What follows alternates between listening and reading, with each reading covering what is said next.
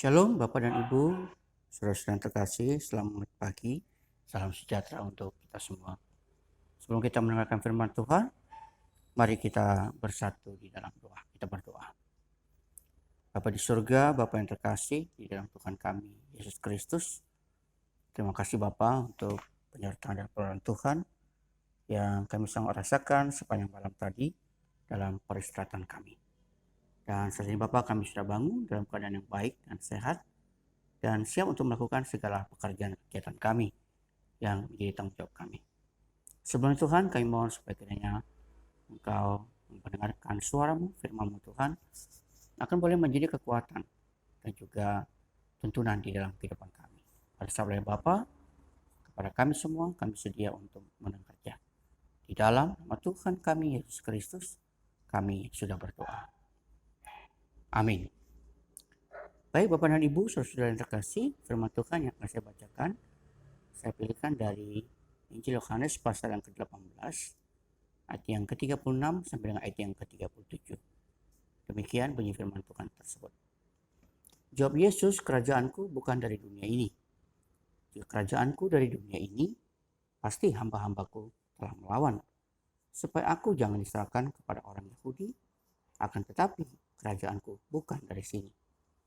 Maka kata Pilatus kepadanya, jadi engkau adalah raja? Jawab Yesus, engkau mengatakan bahwa aku adalah raja.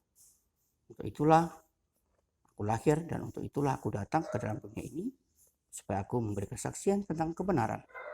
Setiap orang yang berasal dari kebenaran mendengarkan suaraku. Amin. Demikian juga pembacaan firman Tuhan yang berbagi dari kita semua yang tidak hanya mendengarkan, tapi yang juga mempercayai dan melakukannya dalam kehidupan kita setiap hari. Saya berikan tema kecil dalam renungan pada pagi hari ini, yaitu makna Minggu Kristus Raja. Kita ulangi, makna Minggu Kristus Raja.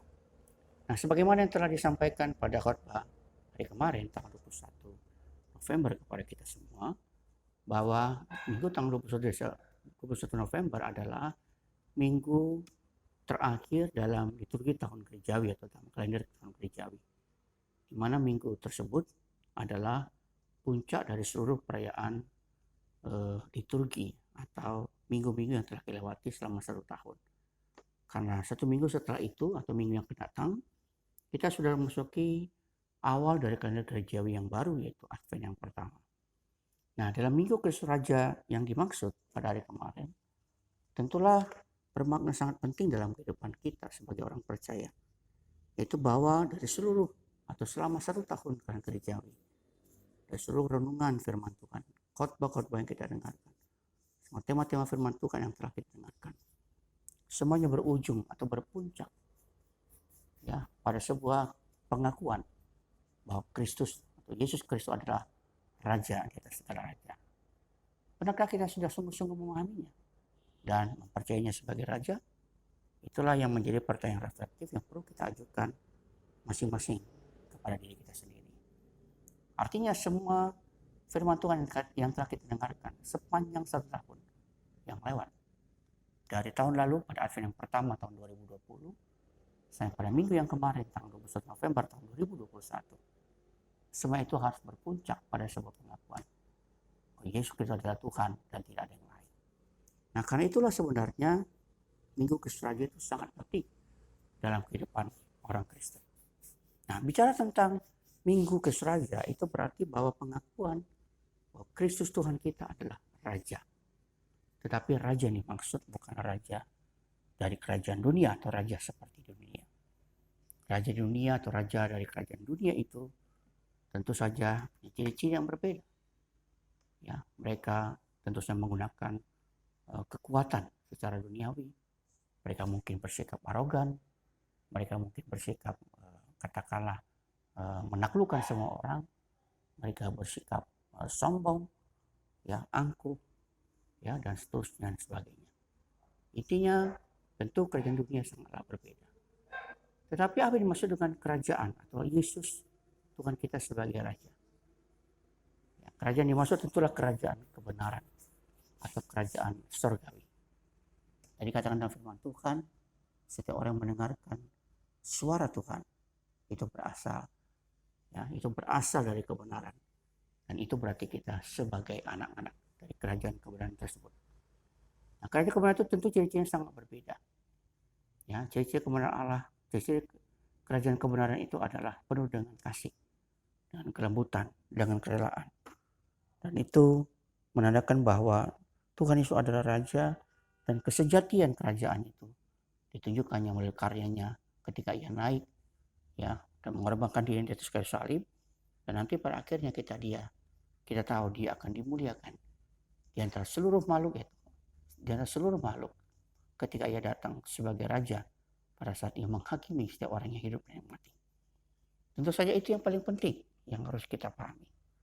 Dan artinya juga bahwa dalam Minggu Kristus Raja, kita perlu memaknai ulang siapa diri kita.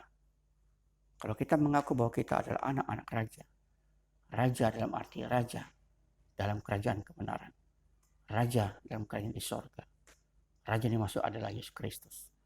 Tentu kita sebagai anak-anaknya patut menadani apa yang menjadi sikap dan perbuatan keteladanan yang Tuhan terus tunjukkan dalam kehidupannya ketika ia di dunia.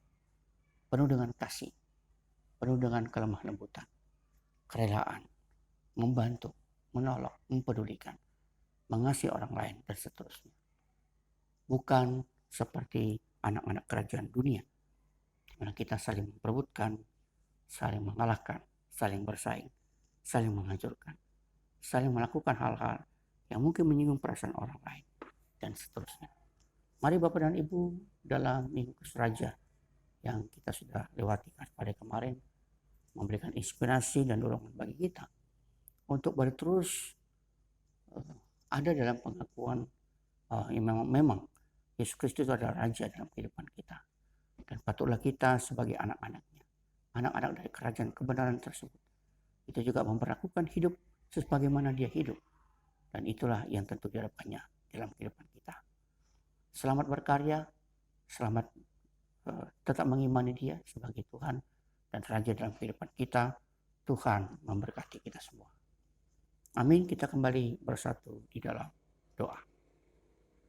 Bapa di surga, terima kasih untuk firman Tuhan yang telah kami dengarkan bersama pada saat ini. Percaya bahwa Engkau yang telah berkata-kata di tengah-tengah kami. Sementara itu kami akan melakukan segala kegiatan pekerjaan kami.